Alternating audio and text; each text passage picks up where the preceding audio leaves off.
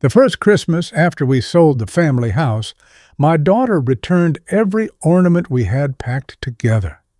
Every ornament, except one, the small handmade wooden angel my wife always hung last before turning off the Christmas tree lights, had quietly disappeared. Then I found an old photograph proving someone had removed only that ornament before the move ever began. If it wasn't lost, why had no one told me where it went? If you've ever discovered that a loved one's smallest Christmas tradition carried a secret they never explained, stay with me for a little while. For several minutes I stood in my apartment staring at the nearly empty storage box. Every ornament rested inside its original tissue paper. The painted snowman our granddaughter made in kindergarten. The tiny brass airplane Evelyn bought after my retirement from the Air Force. The ceramic bell we found during our anniversary trip to Vermont. Everything remained exactly where we packed it. Everything except the little wooden angel. My wife never spoke much about that ornament. She simply smiled every December, waited until every other decoration hung from the tree, then quietly placed the angel on the highest branch before switching off the lights. Only then did Christmas truly begin. During 31 years serving as an Air Force aviation maintenance supervisor, I learned something that mattered as much for people as it did for aircraft. When only one item disappeared from a perfectly documented inventory, someone usually removed it on purpose, not carelessly, not accidentally, deliberately. Emily arrived that afternoon carrying homemade cinnamon bread. "Merry Christmas, Dad." "Merry Christmas." We talked about Lily's school concert, the weather, holiday traffic, everything except the ornament. Finally, I asked gently, "Did you happen to see Mom's little wooden angel while we were unpacking?" She hesitated only a moment. "It probably disappeared during the move." "Probably. Not definitely. Technically possible. Emotionally incomplete.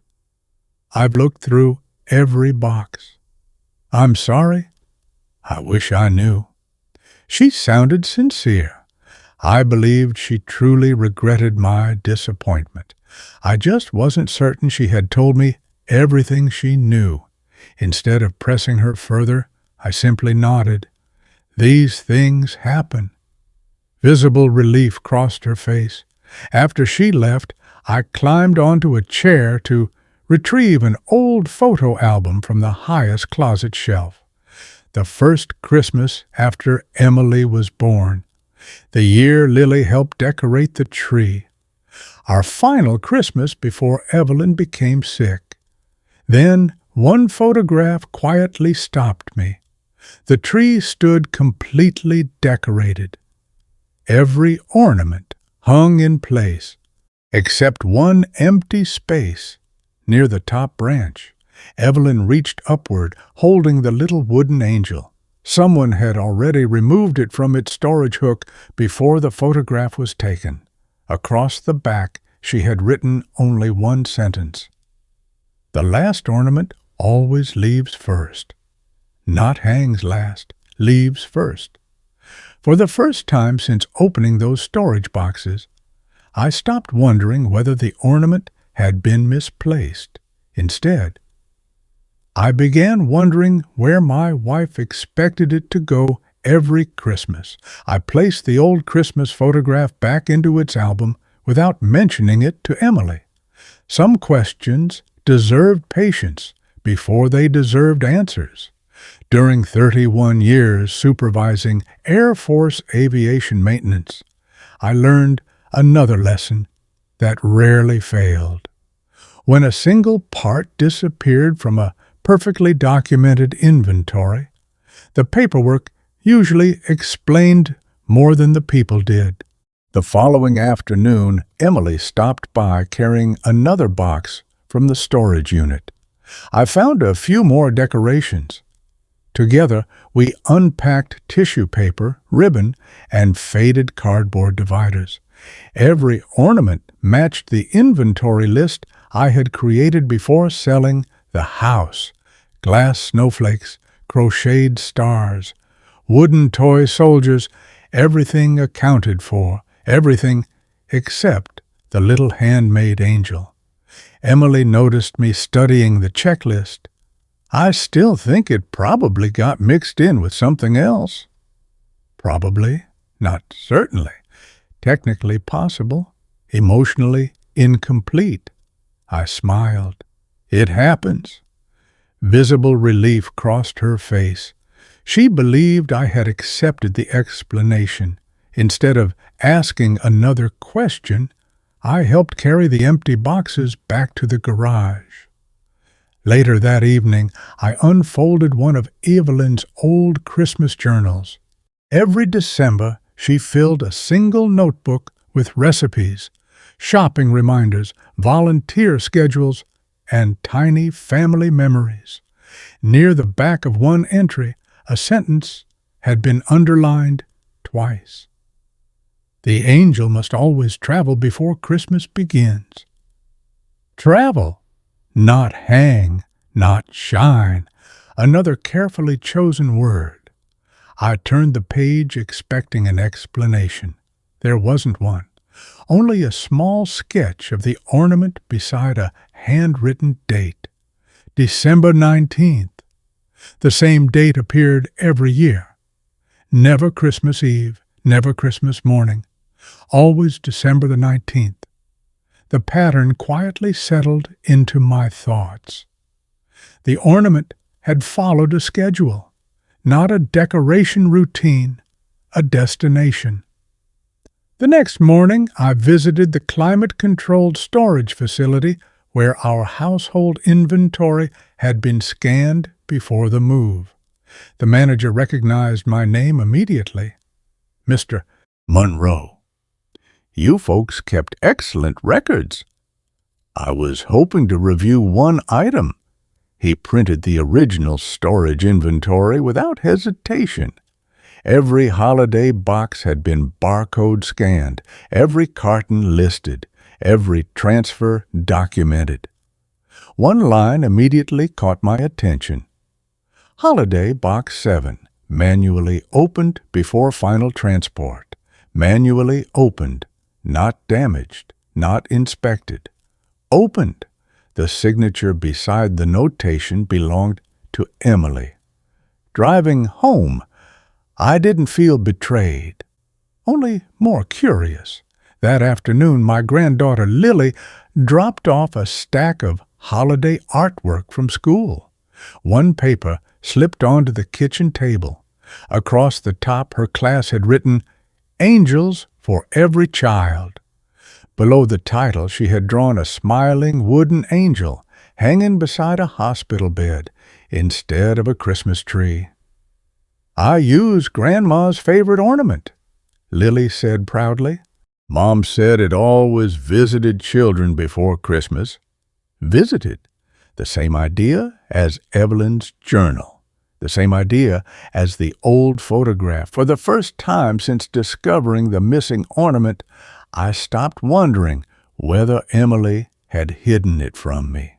Instead, I began wondering whom my wife had quietly been sending that little angel to every single Christmas. For the next 4 days, I behaved exactly the way Emily expected. I stopped mentioning the missing ornament. I thanked her for helping with the move.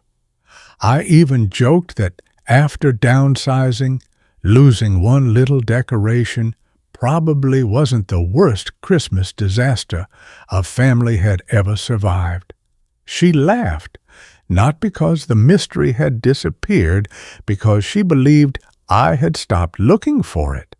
During 31 years supervising Air Force aviation maintenance, I learned another lesson.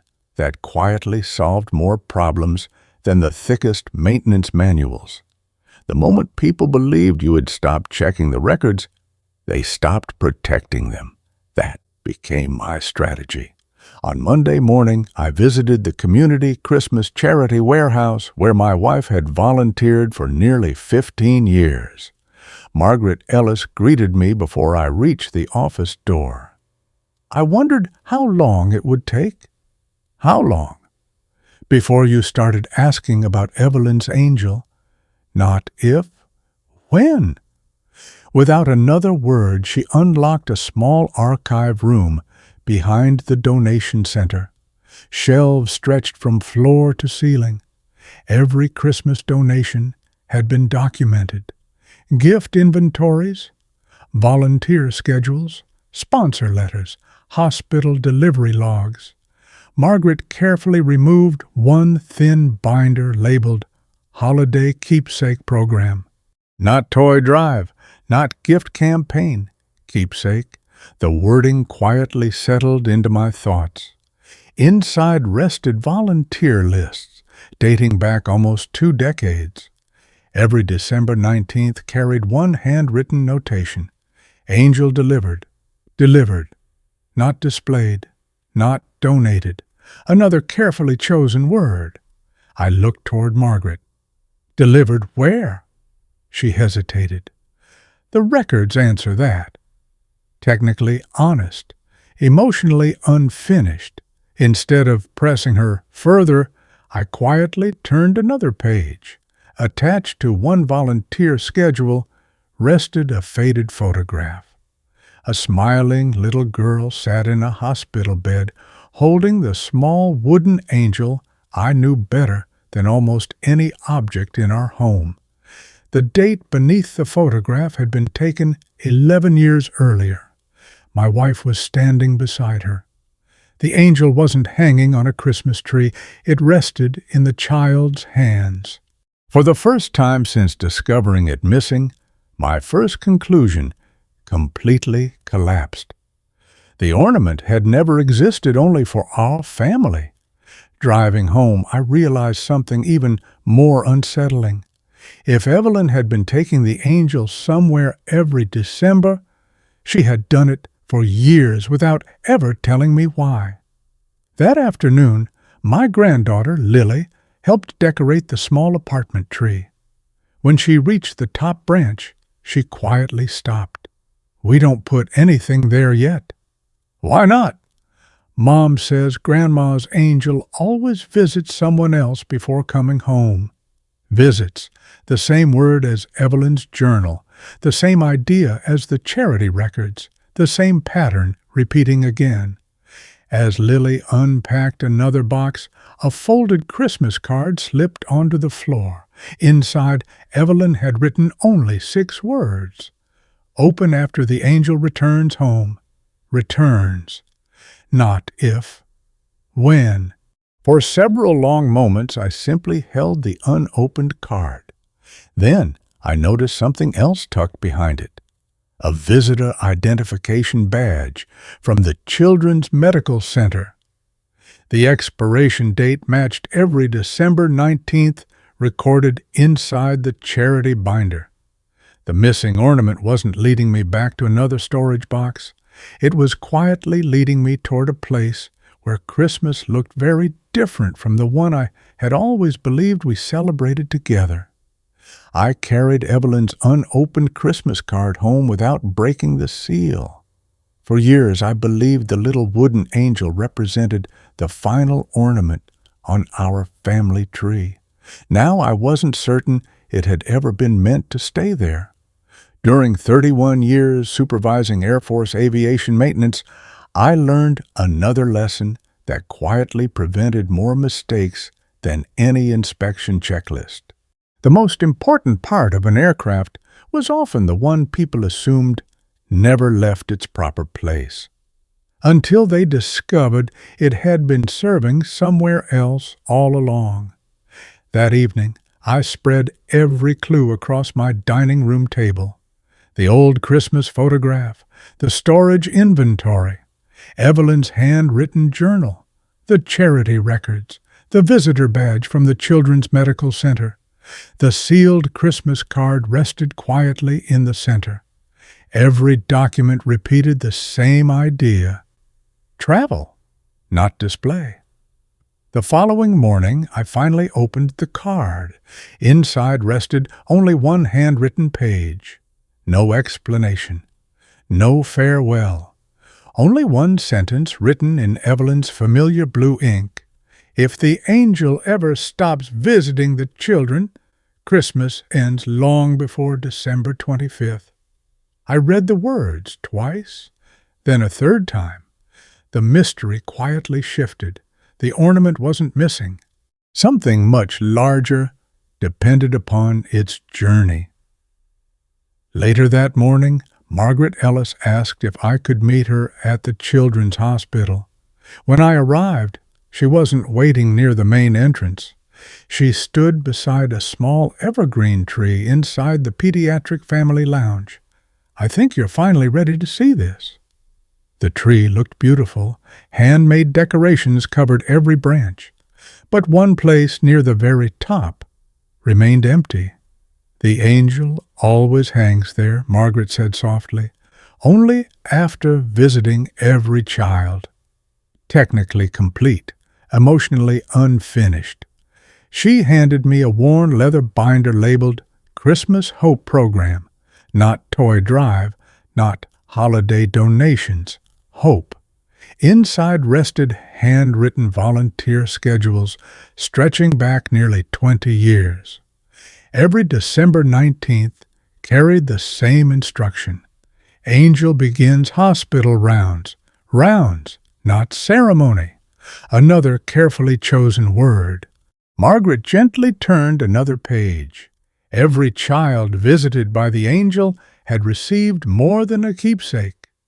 Each family also received an anonymous Christmas assistance package, gift cards, travel vouchers, meal support, emergency lodging. The angel quietly marked the beginning of every delivery. Driving home, I realized my first conclusions had all been wrong. The ornament had never been the tradition. It had simply announced one. That afternoon, Daniel Foster presented the Charity Foundation's annual holiday distribution plan. One section immediately caught my attention: Program Consolidation Proposal. The recommendation would replace every individual family tradition with one standardized holiday campaign. Margaret quietly lowered the binder. "If this passes, the angel's program disappears." She nodded. "It isn't written into the new system." That evening, I quietly attended the planning meeting without asking a single question. Daniel greeted me warmly. "I'm glad you're here. I've been thinking. I hoped you would." He believed I had accepted that tradition sometimes ended. Strategic surrender quietly lowered every remaining defense around him. As volunteers gathered their paperwork after the meeting, one thick folder slipped from the table. Several pages scattered across the floor. I bent to help collect them. Most contained donation summaries. One carried a heading I had never seen before: Children's Hospital Partnership Agreement. Across the bottom, someone had stamped 3 words in blue ink: Supporting Tradition Required. Required, not suggested, not optional. For the first time since discovering the missing wooden angel, I understood the real deadline. Christmas Eve wasn't simply another holiday. It would determine whether Evelyn's quiet tradition continued bringing hope to children who needed it most, or quietly disappeared beneath one perfectly organized new program. 5 days remained before Christmas Eve. 5 days before the Children's Hospital Christmas Hope program would either continue or quietly disappear beneath a new standardized holiday policy. I spread every document across my dining room table, the storage inventory, the old Christmas photograph, Evelyn's handwritten journal, the volunteer schedules, the hospital visitor badge, the Children's Hospital Partnership Agreement. Every page pointed toward the same conclusion. One supporting record still remained missing. During 31 years supervising Air Force aviation maintenance, I learned another lesson that quietly prevented more operational failures than faulty equipment ever could. When every document referenced one missing file, that missing file usually carried the only signature everyone still needed. The next morning, Margaret Ellis arrived carrying a weathered red storage box. "I've been holding this for years." "You promised Evelyn."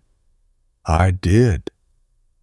Inside rested nearly 20 Christmases worth of volunteer correspondence, handwritten thank you notes, hospital delivery schedules, letters from parents, photographs of children smiling beside decorated hospital trees. Then one sealed envelope immediately caught my attention. Across the front, Evelyn had written, "Open only if the Christmas Hope program is questioned. Not after my death. Not after the angel disappears. After the program itself is challenged." Margaret quietly lowered her eyes. "I prayed we'd never need this." Inside rested only one small card. Not the missing agreement, just a reference number. Holiday Archive File 21. Driving directly to the charity warehouse, I found Archive File 21 exactly where the number indicated.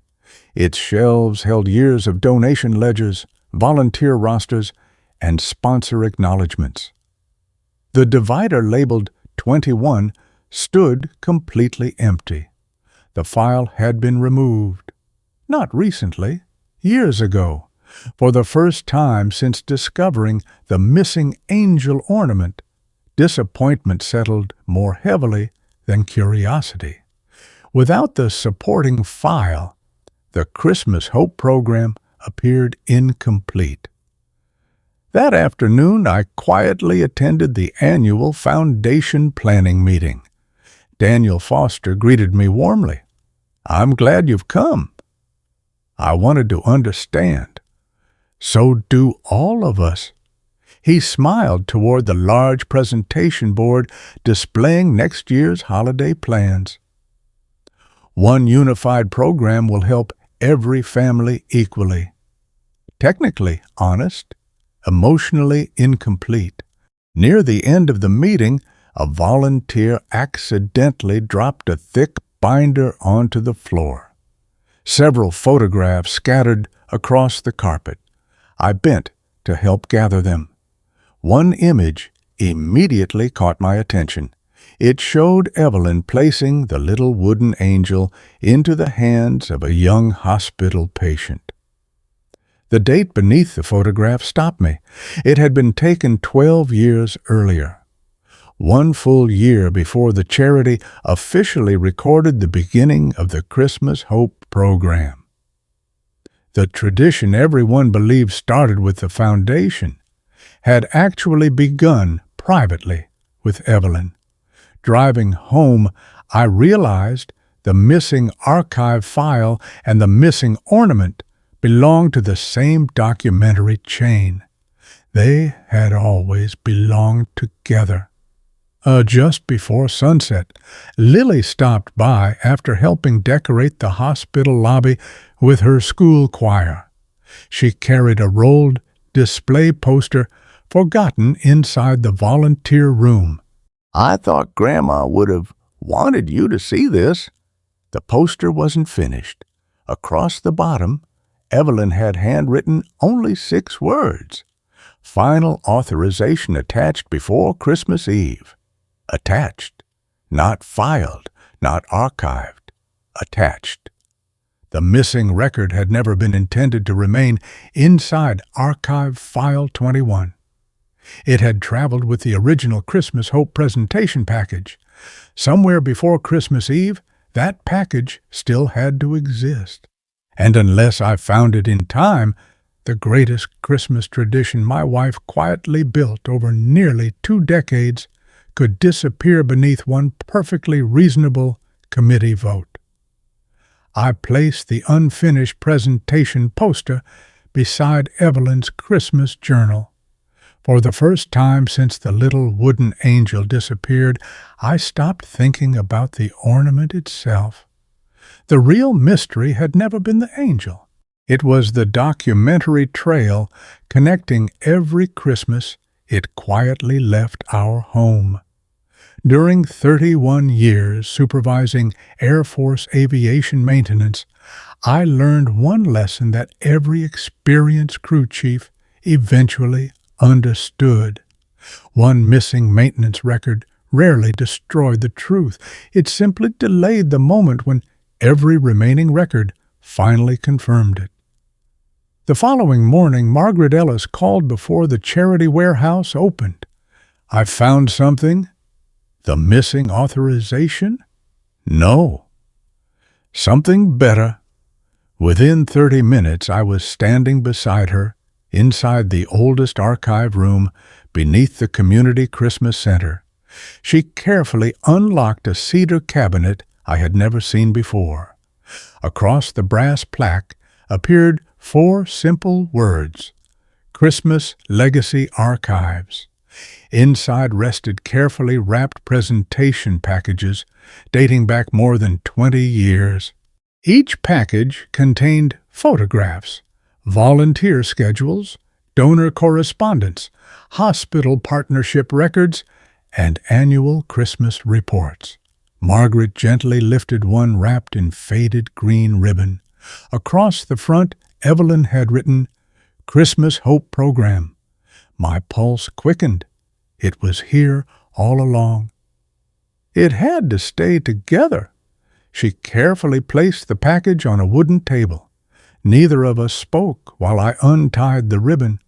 Inside rested exactly what every previous document had quietly described. The original Christmas Hope presentation package, not one file.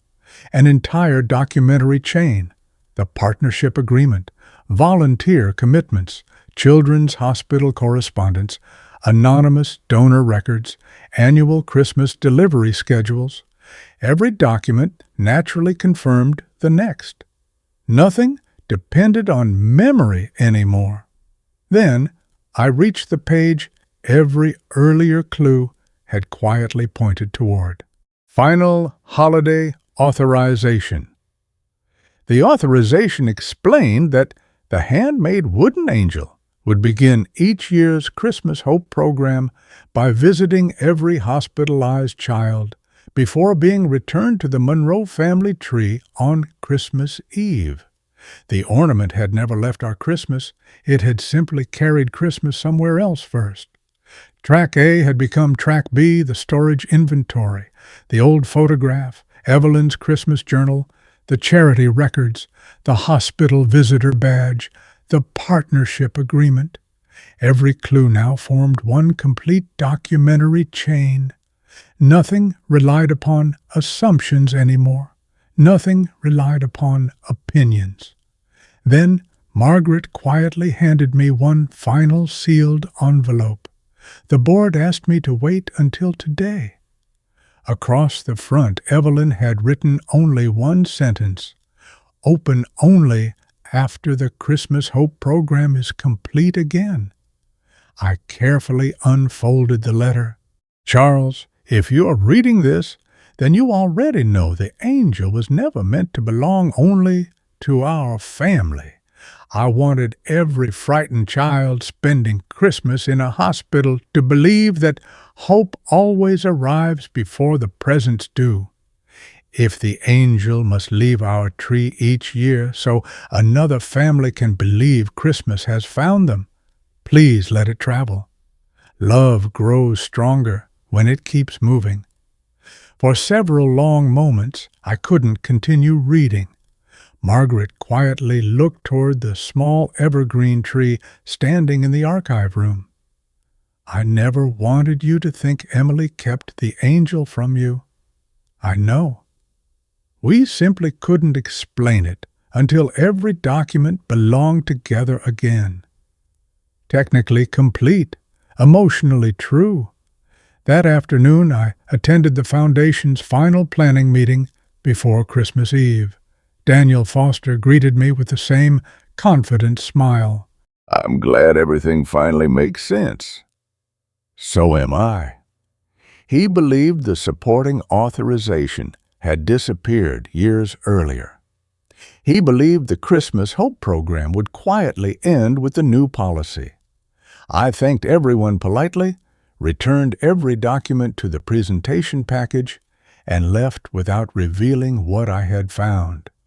For the first time since opening those Christmas boxes after our move, I willingly allowed everyone to believe the little wooden angel had been forgotten.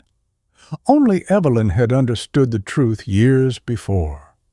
Sometimes the safest way to protect a Christmas miracle was allowing others to believe it had quietly disappeared.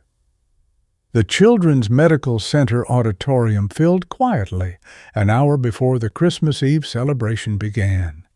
Families gathered around decorated trees. Nurses adjusted strings of white lights. Volunteers arranged wrapped presents beneath every branch. Children wearing soft red pajamas laughed together despite IV poles quietly following behind them. Everything looked exactly as Evelyn would have wanted, except one thing. The little wooden angel had not yet been placed on the Christmas tree. Daniel Foster stood near the presentation stage reviewing next year's consolidated holiday program. Colorful charts covered the projection screen. Standardized gift distribution, centralized volunteer scheduling, unified sponsorship guidelines. Everything appeared efficient. Everything appeared reasonable. Until he reached the final recommendation. The Christmas Hope program has no complete supporting authorization. Without proper documentation, this individual tradition should conclude after tonight. Technically convincing, emotionally incomplete. The hospital director looked across the room. Does anyone wish to respond? I quietly stood, not dramatically, not hurriedly, just calmly enough that every conversation slowly disappeared. I do. Daniel smiled politely. I thought you might. He believed the missing authorization had disappeared years ago. He believed no complete documentary chain still existed. I carried the weathered Christmas Hope presentation package to the front table, then removed only one document, the original hospital partnership agreement. Evelyn Monroe created this program under a continuing charitable commitment. Daniel nodded respectfully. One agreement alone doesn't establish a permanent, annual tradition. You're right, I smiled gently. That's why it isn't the only document. One by one, I placed every record across the table, the storage inventories, the handwritten Christmas journals, volunteer correspondence, children's hospital visitor records, anonymous donor ledgers, annual delivery schedules. Every document naturally confirmed the next. No speeches, only evidence. Daniel tried one final objection. The supporting authorization was never archived. No, I quietly opened the final folder. It wasn't archived. It remained inside the original Christmas Hope presentation package, exactly where Evelyn instructed it to remain. The final holiday authorization rested before everyone in the room. Every signature remained intact. Hospital administrators, charity directors, volunteer coordinators, and Evelyn Monroe. The auditorium became completely silent. Daniel stared at the authorization for several long moments. "I've never seen this," the hospital director answered before I could. "It has always existed. It simply wasn't supposed to be separated from the presentation package." Technically true, emotionally decisive, Daniel slowly lowered his eyes. The certainty that carried him through the presentation quietly disappeared. No dramatic confession followed. None was necessary. The documentary chain already answered every important question. The hospital legal advisor carefully reviewed every page, then compared the authorization with the partnership agreement, donation ledgers, volunteer schedules, and annual program records. Finally, she closed the folder. The Christmas Hope program remains fully authorized. It will continue exactly as Evelyn Monroe designed it. The room remained silent for several seconds. Then the applause came naturally. Not for me, not for the paperwork. For a woman whose quiet kindness had continued reaching frightened children long after her own voice had fallen silent. Emily walked toward me, carrying the little wooden angel. "I wanted so badly to tell you." "I know. But Mom made me promise." And she was right. She carefully placed the angel into my hands for only a moment. Then, together, we carried it across the room. A young boy waiting for emergency heart surgery stood beside the Christmas tree, looking quietly upward. Emily smiled. "I think Grandma would know exactly where it belongs first." Together, we let the little boy place the angel on the highest branch. Only after every child had gathered beneath the tree did we quietly return it to our own family tree later that evening. For the first time since Evelyn's passing, I finally understood why the last ornament always left first. Because before Christmas could truly come home, it first had to visit someone who needed hope even more than we did.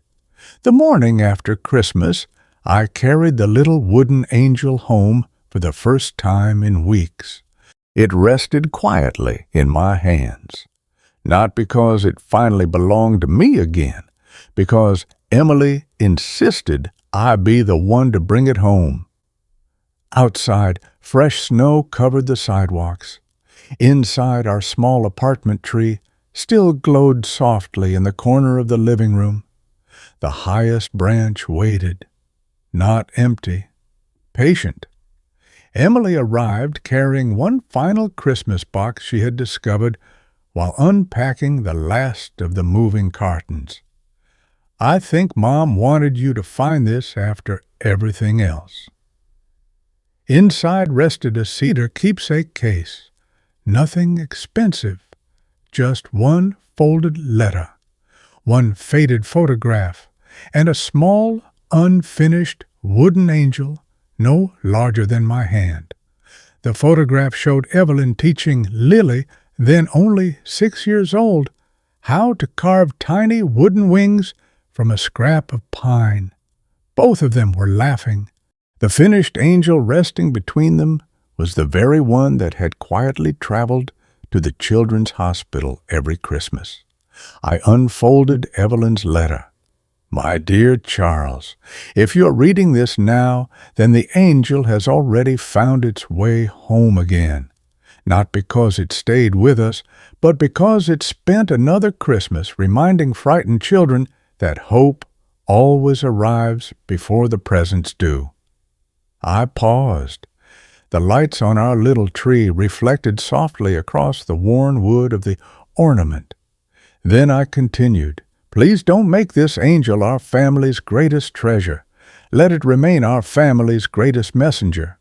One day it may become too fragile to travel. When that day comes, carve another one. The tradition was never the ornament. The tradition was always the journey. For several long moments, I couldn't continue reading. Emily quietly sat beside me. I wanted to tell you years ago.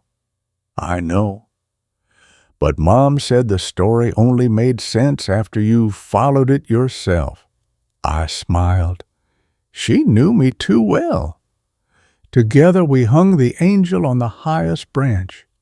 Only after Christmas had already changed someone else's life, exactly as Evelyn always had.